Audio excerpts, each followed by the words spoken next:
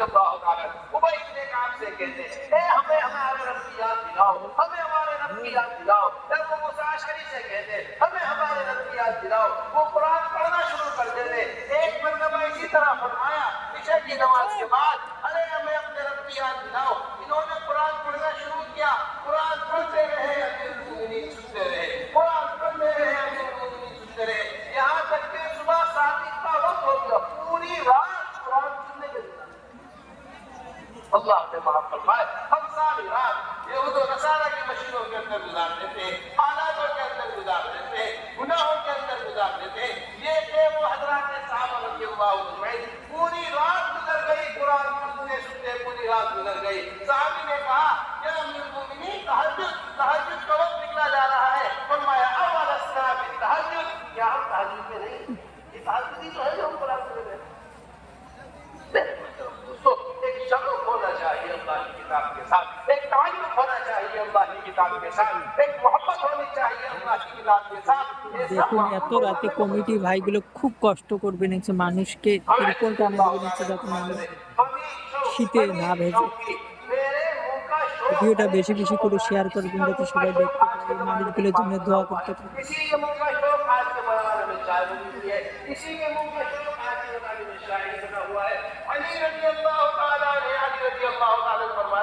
मेरे मुंह का शौक कुरान है। जब तर्जुमा किया इस बात का तो ये बात निकल कर आया कि हर दिन एक मंजिल पढ़ने का मकबूल बना। ये मंजिल है कुरान का मशवरा रोजाना करें। हजरत फरमाया करते हैं मेरे सारे बुजुर्गों के कुरान की आसार मेरे सारे बुजुर्गों के औरातों वज़ाइफ करके देखते हैं। जो तरक्की सुबह साजिद में देख कर कुरान पढ़ने से मिली है, ऐसी तरक्की मेरे किसी चीज में नहीं। इसलिए मेरे मुहतरम दोस्तों, ये आसमानी किताब है कुरान। हम ईमान लाए जिसके ऊपर, कुरान के ऊपर। बड़ी प्यारी मिसाल हजरत दिया करते मौलाना यूसुफ साहब कुरान की और रसूल की। समझिएगा इसको अच्छी तरह पूरी तरह से। हजरत फरमाया जब कोई मशीन तैयार की जाती है, मशीन होती है ना, मशीन, ये पानी बेचने की मशीन है, ये जूस के बनाने की मशीन है, ये कपड़ा धोने की मशीन है, ये फला चीज बनाने की मशीन है। कोई भी कंपनी कोई मशीन तैयार करती है तो उस मशीन के साथ एक किताब बनाती है। उस मशीन के साथ क्या बनाती है? किताब। आप किताब पढ़िए, मशीन देखिए, किताब पढ़िए, मशीन देखिए। हमारी मशीन कैसे चलेगी वो इस किताब के अंदर, छोटा सा किताब, वो छोटा सा पर्चा, वो साफ आता है। इसको चलाने का तरीका, मशीन को चलाने का। लेकिन जो बड़ी बड़ी मशीनें होती हैं जिनके ऊपर पूरे कारखाने का दारो मदार होता है, पूरे कारखाने का क्या होता है? दारो मदार। बड़ी बड़ी मशीनें वो सिर्फ किताबों से नहीं चलती, उसको चलाने के वास्ते किताब के साथ साथ किताब के साथ साथ क्या लिया जाता है? मशीन इतनी बड़ी है कि आप सिर्फ किताब से मशीन नहीं समझ पाओगे। कोई गलत दबा दिया, मशीन टूट जाएगी, मशीन खराब हो जाएगी। तीन की मशीन है, दोनों चीजें साथ मिलेगी आपको, किताब भी मिलेगी और इस किताब को समझाने के लिए चीजें मिलेगी। इस पूरे कारखाने के अंदर सबसे कीमती मशीन जो है वो इंसान सबसे कीमती मशीन है, जिसे कुरान में कहा गया है लक़द ख़लक़नल इंसान फी अहसनि तक़वीम। लक़द ख़लक़नल इंसान फी अहसनि तक़वीम। अब इस मशीन को चलाने के लिए अल्लाह ने आसमान से किताब भी भेजी है, इंजीनियर भी भेजा है। किताब भेजी है कुरान, इंजीनियर भेजे हैं हज़रत मोहम्मद सल्लल्लाहु अलैहि वसल्लम। इंजीनियर क्या भेजे? कितनी भी लुग़त के ऊपर कुदरत हो, कितनी भी अरबी जुबान जानता हो, कितनी भी अरबी फहम हो, कितनी भी अरबी पर कुदरत हो, कितना भी नहू सर्फ को जानता हो, कितना भी बलागत को जानता हो, समझ नहीं सकता कुरान को हुज़ूर अकरम सल्लल्लाहु अलैहि वसल्लम की मुबारक ज़िंदगी को सामने लाए। ये दोनों चीजें आपस में, हम ईमान लेकर आए किताबों पर, हम ईमान लेकर आए रसूलों पर। दोस्तों, আমরা ঈমান এনেছিলাম, ওই ঈমানের কথা চলছিল আল্লাহ রব্বুল ইজ্জতের জাতের উপর ঈমান, ফেরেশতাদের উপর ঈমান, আসমানি কিতাব সমূহের উপর ঈমান। তবে ঈমান করছেন যে আসমানি কিতাব সমূহের উপর ঈমান আনা, আমরা সমস্ত কিতাবের উপর ঈমান আনছি, ঈমান রাখতে হবে। চাহে তাওরাত হোক, ইনজিল হোক, জবুর হোক, সব কিছুর উপরে আমাদের ঈমান রাখতে হবে। এমনই আসমানি কিতাবের মধ্যে সবথেকে যেটা বড়, সবথেকে আহম কিতাব সেটা হয়েছে কোরআনে কারীম। যে এটার উপর আমাদেরকে ঈমান রাখতে হবে, এর অনুযায়ী আমরা আমল করতে হবে, আর এটাকে আমাদের জিন্দেগির এক কানুন বানাতে হবে। এটার উপর আমার জিন্দেগির একে এক নমুনা বানাতে হবে।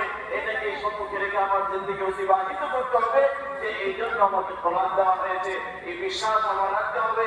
এই জন্য মেহমান বলছেন যে বুজুর্গ যে কোরআনে কারীমের আসমানের যত কিতাব এসেছে আসমান থেকে, সমস্ত কিতাবকে যদি আপনি বলেন যে একটা নোট তৈরি করা হয়েছে, একটা খুলাসা করা হয়েছে, ওইটা থেকে একটা মানে মূল কথা বার করা হয়েছে, তবে সমস্ত আসমানের মূল কথাগুলো সমস্ত আসমানি কিতাবের মূল কথাগুলো কোরআনে কারীমে আল্লাহ পাক বর্ণনা করে দিয়েছেন।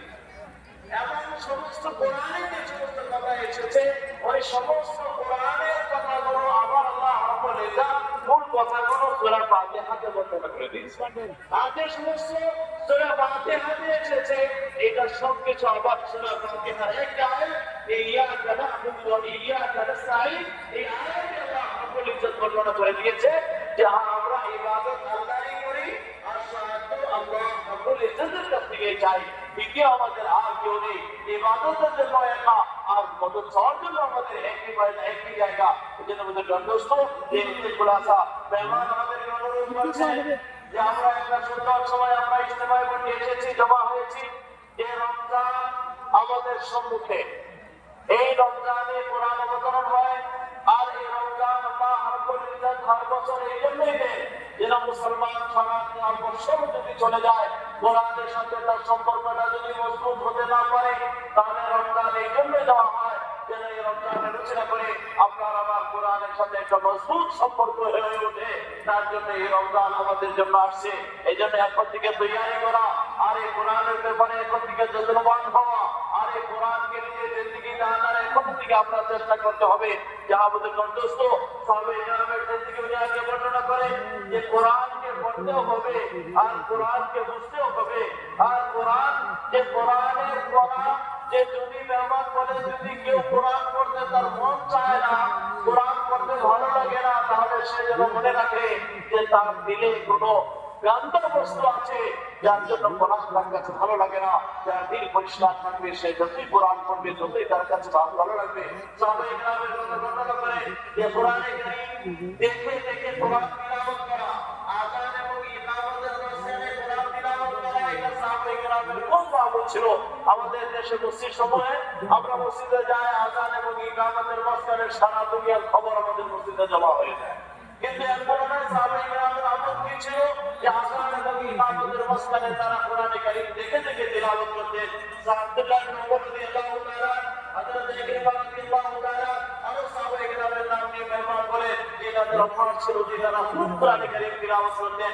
পরন্তু খাস করে যে আমরা দেখে দেখে আযান এবং ইকামতের মাঝখানে তারা দেখে দেখে নামাজ দেখে করতেন, কোরআনে কারীম তিলাওয়াত করতেন। এটা আমাদের যথেষ্ট যে সাহাবায়ে কেরামের জিন্দেগি যে কোরআন, এক তো কোরআনকে পড়া, আর দ্বিতীয় হয়েছে যে কোরআনকে বোঝা। যে কোরআনকে বুঝে নিজের জিন্দেগিকে কোরআন মতো বানানো, এটা আমাদের দায়িত্ব। এই জন্য সাহাবায়ে কেরামের উপর হুজুর পাক সাল্লাল্লাহু আলাইহি ওয়াসাল্লামের উপর শুধু কোরআন নাযিলই হয়নি, বরং কোরআন যা কিছু বলেছিল হুজুর সাল্লাল্লাহু আলাইহি ওয়াসাল্লামের জিন্দেগিটা তাই ছিল। এই জন্য হাদিসে পাকে এসে কেউ এসে জিজ্ঞাসা করতেছে যে হুজুরের জিন্দেগিটা কেমন ছিল, তাকে বলতেছে যে হুজুরের জিন্দেগি যদি দেখতে চাও কোরআনকে দেখে নাও, কোরআন যা বলেছে হুজুরের জিন্দেগি সেটাই ছিল। যার যদি যখন নবীকে দেখো না, এখন কোরআনকে দেখে নাও। এই কোরআনকে দেখা তার মানে নবীকে দেখা, যে কোরআন যেটাই বলেছে যে সেটাই ওনার জিন্দেগিতে ছিল। আর যদি সাহাবাকে বলা হতো যে কোরআন দেখা, কোরআনে কি আছে এটা বলে কোরআনকে বুঝিয়ে দেন, তাহলে সেইটাকে বলা হতো যে সাহাবাকে দেখো যে কোরআন যা বলে তাদের জিন্দেগিতে পাবে। কোরআনের আর কথা মতো তাদের জিন্দেগি অতিবাহিত তারা করতেছে। যে অর্থাৎ কোরআন শুধু তাদের যে তিলাওয়াতই ছিল না, কোরআন শুধু পড়ার মধ্যেই ছিল না, আর কোরআন ওনারা বুঝেছিলেন এবং কোরআন বুঝে কোরআন অনুযায়ী জিন্দেগি বানিয়ে এমন ভাবে বানিয়েছিলেন যে কোরআনের তারা এক মিসাল করে গিয়েছিলেন। এই জন্য মেহমান বলছেন যে কোরআন শরীফ এই জন্য শুধু না যে আমার ঘরে ওইটা রেখে আমি শুধু উপরে রেখে দেবো, বরকত দিব, যে মেহমান বলছেন যে নিশ্চয়ই কোরআনে কারিম একটা বরকতের কিতাব, ওইটা যেখানে থাকে বরকত হবে। কিন্তু কোরআন শুধু ওই বরকত জন্য আসেনি, কোরআন তো আমার জিন্দগির একটা হায়াতের এক পুরো উদাহরণ, আমার জিন্দগির এক সংবিধান আমাকে দিয়েছে কোরআন। এই জন্য এই কোরআনকে আমরা বোঝা দরকার, এই কোরআনকে জানা দরকার এবং এই কোরআন অনুযায়ী যে আমরা জিন্দগি পার করার দরকার। ব্যবহার করছেন যে কোরআনকে তিলাওয়াতের জন্য যে সমস্ত আদাব ফজাইলা আমালে ফজাইলে কোরআনে বর্ণনা করা হয়েছে, ওই সমস্ত আদাবগুলো যেন আমরা লক্ষ্য রাখি, ওই সমস্ত আদাব সহ আমরা যেন কোরআনে কারিমের তিলাওয়াত করি আর কোরআনের বাকি যেন আমরা তর্জমাগুলো পড়ার বা আগে আমরা দেখার চেষ্টা করি, তবে আদাবের তৈরি করে আমরা বাকি কোরআনের ইলম আমাদেরকে দিবে। এই জন্য বলতে যথেষ্ট যে কোরআন আপনি দেখেন না যে কোরআন পড়লে কি মজা আসে, এটা তো সাহায্য করতে রোজগুলো পাওয়া যাবে না। যে আল্লাহ নিজে বলতেছেন ইয়া ইবাদি ইয়া ইবাদি ইয়া ইবাদি, যে আল্লাহ আল্লাহ যখন আমাকে বলতেছে হে আমার বান্দা, হে আমার বান্দারা এমন বলছেন যে এটা কত বড় কথা, যে এটা যদি আমাদের দিল থাকতো আর যদি আমরা এটা বুঝতে পারতাম তাহলে যে মনে কত আনন্দ লাগতো। সত্যিকার আপনাদের কোরআনে কারিম বুঝে তিলাওয়াত করবেন, আপনার কাছে যে আনন্দ আছে, একটা শান্তি আপনি পাবেন, এটা দুনিয়ার আর কোথাও আপনি পাবেন না। এই জন্য বুঝে করতেছ যে হ্যাঁ সাহাবায়ে কেরামের জিন্দেগি যদি দেখি যে তাদের এখানে যে কোরআনের তিলাওয়াতে এত বেশি তাদের মগ্ন ছিল আর এত বেশি কোরআনের সাথে মহব্বত ছিল যে যদি কেউ তারা বলতো আল্লাহকে আমাকে স্মরণ করাও, আল্লাহকে আমাকে মনে করিয়ে দাও, যাহলে আমি ওই মুমিন করতেন, তারা তো তখন নবী আল্লাহ কোরআনে কারীম পড়া আরম্ভ করে দিতেন। যাহা কোরআন পড়াই হবে, কোরআন আল্লাহর কথা, আল্লাহ মনে করতেছে, কোরআন আল্লাহ রাখছে, আল্লাহ কি বলতেছেন আল্লাহর কথাগুলো মনে পড়ে যেত। সেই জন্য ওদের অর্থ একটা কোরআন বেশি বেশি পড়া আর দ্বিতীয় কোরআনকে আমরা বুঝে বুঝে পড়া। সাহাবায়ে কেরামের জিন্দেগিতে এমন বাবু ছিল যে আমরা তো নবী আল্লাহ আমাদের কাছে যে উনি বলেছেন যে কোরআন আমাকে আল্লাহ মনে করিয়ে দাও, উনি কোরআন তিলাওয়াত করতেছেন। আবু মুসা আশআরী রাদিয়াল্লাহু আনহু এক সাহাবী ছিলেন, আল্লাহ এত সুন্দর আওয়াজ দিয়েছিলেন যে আজকে কিন্তু দাউদ আলাইহিস সালামকে আল্লাহ যেমন আওয়াজ দিয়েছিলেন, আল্লাহ তেমন সুন্দর সুর, যেমন মধুর সুর আল্লাহ পাক দান করেছিলেন। উনি কোরআন কারীমের তিলাওয়াত শোনাইতেছেন, যে কোরআন শুনতেছেন, উনি শোনাইতেছেন, যে উনি শুনতে শুনতে শুনতে যে সময় পুরো রাত পার হয়ে গিয়েছে। এবার সমুদ্র সজোর তাহাজ্জুদ চলে গেল, তাহাজ্জুদ চলে গেল, তাহাজ্জুদ পড়ে রাসূলুল্লাহ রাদিয়াল্লাহু আনহু বলে আরে আমরা কি তাহাজ্জুদে না, আরে কোরআনের তিলাওয়াতে তো অনুমগ্ন হয়ে আছে, এটা তো তাহাজ্জুদ। তাহাজ্জুদের গন্তব্য এমন করে তাদের কোরআনের সাথে একটা মহব্বত ছিল, কোরআনের তিলাওয়াতের সাথে মহব্বত ছিল। খাস করে কোরআনে কারীমে যে এই কোরআনে কারীমকে যে কোরআন হযরত আলী রাদিয়াল্লাহু আনহু একটা ফকরা একটা কোরআনে একটা প্রবাদ বাক্য মশহুর যে ভাবি মে শৌকে, যে এই একটা কথা আর একটা কথা বিশেষভাবে তার তরজমা কোনো করা যায় না। যখন ওলামারা এর ব্যাখ্যা তালাশ করেছেন আর এই কথাটা তালাশ করেছেন যে এটাতে কি বলার উদ্দেশ্য করা হয়েছে, কি বোঝানো হয়েছে, পরে পাওয়া গিয়েছে যে আসলে স্বামীর বিষয়কে দিয়ে আর একটা আক্ষর নিয়ে একটা কোরআনের জায়গা বোঝানো হয়েছে যে ওনার এই অভ্যাস ছিল যে 7 দিনে কোরআন তিলাওয়াত করতে, 7 দিনে পুরো কোরআনে কারীম মুকম্মল করতে, অর্থাৎ এক দিনে এক মঞ্জিল কোরআন শরীফ মুকম্মল করতে। যেখানে মঞ্জিল ছিল ওই মঞ্জিলের জায়গাগুলো যেখানে যে পাড়াতে আর যে জায়গা শুরু হতো ওই পাড়া ওই সূরা ওই শব্দ দিয়ে উনি একটা পুরো বাক্য বানিয়েছিলেন। নবী বিশ্বতে দরকার তাদের মামুল এটা ছিল যে ডেইলি এক মঞ্জিল কোরআনে কারীম তিলাওয়াত করতে, তারপরে যেটা এমন করে যে ডেইলি এক মঞ্জিল কোরআনে কারীম তিলাওয়াতের অভ্যাস পরিণত হয়।